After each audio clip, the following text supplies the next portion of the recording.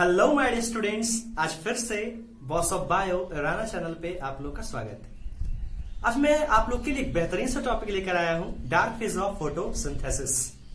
जैसा कि हम लोग प्रीवियस लेक्चर में स्टडी कर चुके थे मैकेनिज्म ऑफ फोटोसिंथेसिस का लाइट फेज, आज हम लोग स्टडी करने वाले हैं डार्क फेज ऑफ फोटोसिंथेसिस, जिसे हम लोग लाइट इंडिपेंडेंट फेज के नाम से भी जानते हैं, जिसे हम लोग बायोसिंथेटिक फेज के भी नाम से जानते हैं, डार्क फेज ऑफ फोटोसिंथेसिस। बड़ा इंटरेस्टिंग होने वाला है, तो चलो इस वीडियो को स्टार्ट करते हैं। डार्क फेज है क्या? तो यह फोटोसिंथेसिस का वह फेज है जो लाइट के एब्सेंस में होता है। आप कह सकते हो कि that phase of photosynthesis that takes place in the absence of light, इसे हम लोग कहते हैं डार्क फेज या फिर लाइट इंडिपेंडेंट फेज। अब क्या है कि जो भी केमिकल रिएक्शंस इस डार्क फेज के दौरान होते हैं उसे हम लोग डार्क रिएक्शंस कहते हैं। आप कह सकते हो कि वैसा chemical reaction, the chemical reaction that takes place in the dark phase of photosynthesis, इसे हम लोग कहते हैं डार्क रिएक्शन। अब क्या है कि ये जो डार्क रिएक्शन है ये साइक्लिक वे में होते हैं, ये सीरीज ऑफ साइक्लिक रिएक्शंस हैं। इसे बताने वाले एक साइंटिस्ट थे जिनका नाम था मेल्विन कैल्विन। उन्होंने ही ये डार्क रिएक्शन के बारे में बताया कि ये साइक्लिक वे में होता है, ये रिपीटिंग वे में होता है, और जिसका नाम दिया गया कैल्विन साइकिल। इसका नाम कैल्विन साइकिल क्यों दिया गया? क्योंकि इसे बताने वाले थे मेल्विन कैल्विन। तो चलो हम लोग स्टार्ट करते हैं कैल्विन साइकिल के बारे में। जैसा कि आप देख रहे हो ये C3 साइकिल और कैल्विन साइकिल, जैसा कि मैंने आपको बताया कि ये साइक्लिक रिएक्शंस है, ये रिपीटिंग रिएक्शन है, वो साइक्लिक रिएक्शन है। और ये जो मेथड मैं आपको मतलब स्टेप जो बताने वाला हूं कैल्विन साइकिल बनाने का, सबसे आसान मेथड है आपका। ठीक है, सबसे पहले आपको इस तरह से बना देना है। अब देखो यहाँ पे लग रहा है कि कुछ साइक्लिक वे में कुछ चल रहा है। देखो लग रहा है साइकिल चल रहा है, साइकिल चला रहे हो, देखना ये इसका स्टेप है। यहाँ पे आप जो देख रहे हो कार्बोक्सिलेशन, पहला स्टेप जो होता है कैल्विन साइकिल का, दूसरा रिडक्शन और तीसरा रीजनरेशन। मेरे ख्याल से आपके लिए इतना आसान होगा। आप मेरे साथ, आप कॉपी में भी ऐसा लिख कर सकते हो, मेरे साथ ही देख लो। अब क्या करना है, ठीक है ना, ये जो RUBP है प्लांट के पास, इसके पास 5 कार्बन होते हैं, 5 कार्बन इसके पास होते हैं, 5 कार्बन मॉलिक्यूल्स इसके पास होते हैं। अब क्या है, जो सबसे पहला स्टेप है, जो सबसे पहला स्टेप है कार्बोक्सिलेशन कैल्विन साइकिल का, ये किसके मदद से होता है? तो एक एंजाइम है जिसका नाम है रुबिस्को। एक एंजाइम है जिसका नाम क्या है? रुबिस्को। ये आपका क्लोरोप्लास्ट के स्ट्रोमा में प्रेजेंट होता है रुबिस्को, और यही कार्बोक्सिलेशन में मदद करता है। लेकिन सवाल आता है कि ये कार्बोक्सिलेशन क्या है? कार्बोक्सिलेशन हम लोग कहते हैं एडिशन ऑफ कार्बन, कार्बन का ऐड होना यहां पे कहलाता है carboxylation, simple addition of carbon. अब देखना भाई, इसके पास RUBP ribulose 1,5 bisphosphate, ribulose 1,5 bisphosphate RUBP का फुल फॉर्म होता है। इसके पास 5 कार्बन है। अब क्या होता है कि फोटोसिंथेसिस के दौरान आप जानते हो कि photosynthesis with the help of CO2 और H2O के मदद से होता है।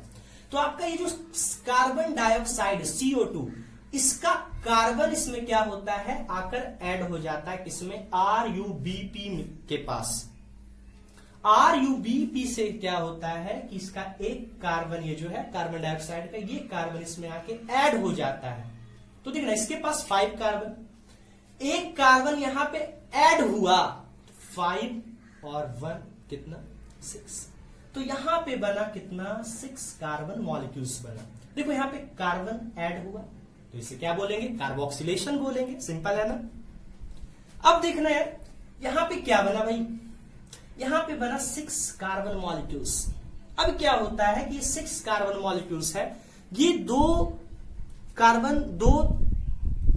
3 कार्बन मॉलिक्यूल्स में टूट जाता है। देखना 3 कार्बन, ये जो कंपाउंड बना 3 कार्बन मॉलिक्यूल्स का, यहाँ पे देखो 2 कंपाउंड बना जिसके पास 3 कार्बन मॉलिक्यूल्स है। ये कंपाउंड का नाम क्या है? PGA, जिसे हम लोग कहते हैं फॉस्फोग्लिसरिक एसिड। पीजीए, यहाँ पे कितना बना पीजीए, 2 ठो बना ना, देखना 3 कार्बन 3 कार्बन, ये दोनों क्या है, तो ये पीजीए ही है जिसके पास 3 कार्बन मॉलिक्यूल्स होता है। और ये इस कैल्विन साइकिल का सबसे पहला स्टेबल कंपाउंड होता है, इसीलिए हम लोग इसे C3 साइकिल के नाम से भी जानते हैं, क्योंकि जो सबसे पहला स्टेबल कंपाउंड बना पीजीए, देखो यहाँ पे क्वेश्चन राइज हो रहा है कि सबसे पहला स्टेबल कंपाउंड कौन सा बना, तो पीजीए, इसके पास कितना कार्बन मॉलिक्यूल्स है, तो सर 3 है। देखो यार 3 कार्बन मॉलिक्यूल्स, ये भी पीजीए, 3 कार्बन मॉलिक्यूल्स, ये भी पीजीए। अब देख रहे हैं ध्यान से, अब नेक्स्ट स्टेप जो होता है वो होता है रिडक्शन। तो रिडक्शन होने के लिए एटीपी का जरूरत पड़ता है और एनएडीपीएच का। एटीपी और एनएडीपीएच का फॉर्मेशन हुआ था लाइट फेज में, तो यही पे रिडक्शन होने के लिए ये जरूरत पड़ता है एटीपी का। तो एटीपी का जब यहां पे यूज होगा तो ये एटीपी आपका कन्वर्ट हो जाएगा एडीपी में, और आप कह सकते हो इनऑर्गेनिक फॉस्फेट में। और जब एनएडीपीएच का यूज होगा तो ये एनएडीपीएच कन्वर्ट हो जाएगा एनएडी प्लस में, आप कह सकते हो। तो ये देखना क्या हुआ यार, यहां पे रिडक्शन होने के जो कि सेकंड स्टेप है कैल्विन साइकिल का, रिडक्शन होने के लिए एटीपी का जरूरत पड़ता है और एनएडीपीएच का। रिडक्शन, अब देखना रिडक्शन हुआ तो यहां पे अभी है क्या है जी, तो sir triose phosphate, triose phosphate आप कह सकते हो, यहां पे ट्रायोस शुगर है, ट्रायोज शुगर। अब देखना है कितना ट्रायोस, 2 है सर, 3 कार्बन का, हम ऐसे कर सकते हैं 2 है सर, C3 कर सकते हो, C3 2 है, चलो भाई ठीक है। अब क्या होता है यार कि एक कार्बन रिलीज हो जाता है यहां पे। अब देखो 3 कार्बन मॉलिक्यूल्स था, एक कार्बन रिलीज कर दिया, देखो 3 3 6, एक बाहर आ गया, तो यहां कितना बचा 5। उसके बाद जो नेक्स्ट स्टेप होता है हमारा, थर्ड स्टेप होता है रीजनरेशन। ये फिर से 5 ही बचा ना, रीजनरेट हो जाएगा फिर से RuBp में। अब देखना है रीजनरेशन होने के लिए भी एटीपी का जरूरत पड़ता है, ये एटीपी कन्वर्ट हो जाएगा एडीपी में, ये देखिए प्लस इनऑर्गेनिक फॉस्फेट। तो ये था कैल्विन साइकिल। मैं एक बार फिर से दोहरा रहा हूं, बहुत इंटरेस्टिंग होने वाला है। RuBp जो कि प्लांट के पास है, इसके पास 5 कार्बन मॉलिक्यूल्स है। जो पहला स्टेप हुआ कार्बोक्सिलेशन, ये है क्या, तो एडिशन ऑफ कार्बन। ये जो CO2 है इसका कार्बन इसमें आकर ऐड हो जाता है RuBp में, तो यहां पे बन जाता है 6 कार्बन मॉलिक्यूल्स।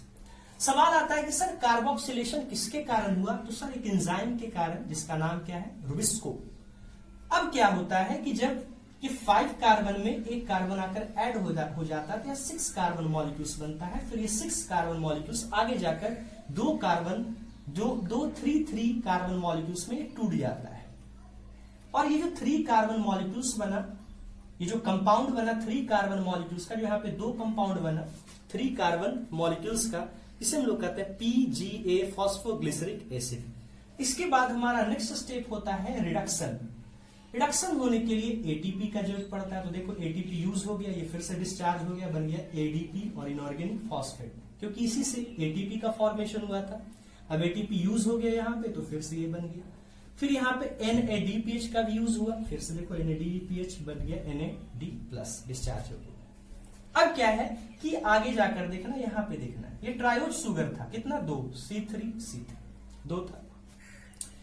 अब देखना 3 और 3 कितना 6। अब ये एक कार्बन रिलीज कर दिया, जब भी साइकिल चलेगा तो एक बार चला तो एक कार्बन रिलीज हुआ। अब देखो चला तो कितना C3 3 3 6 था, ये इधर दिया तो ये कितना हो गया 5। देखो रीजनरेशन हुआ, फिर से बन गया RuBp।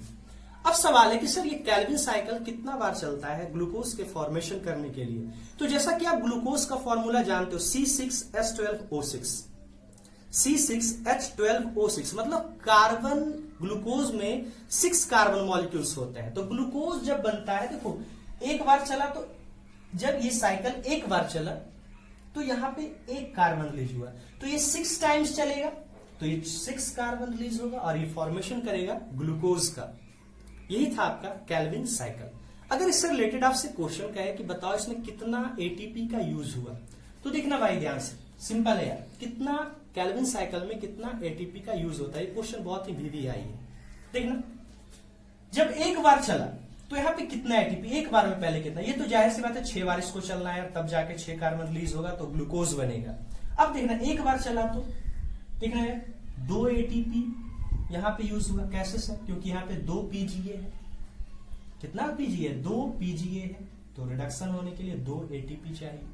2 एटीपी यहां, 1 एटीपी यहां, तो 2 1 3, एक बार चला तो 3 एटीपी, तो 6 बार चलेगा तो 6 3 18 एटीपी। इसी के साथ ये टॉपिक खत्म होता है। आपको मेरे ख्याल से आपको ये वीडियो बहुत ही अच्छा लगा होगा। Thanks, have a nice day.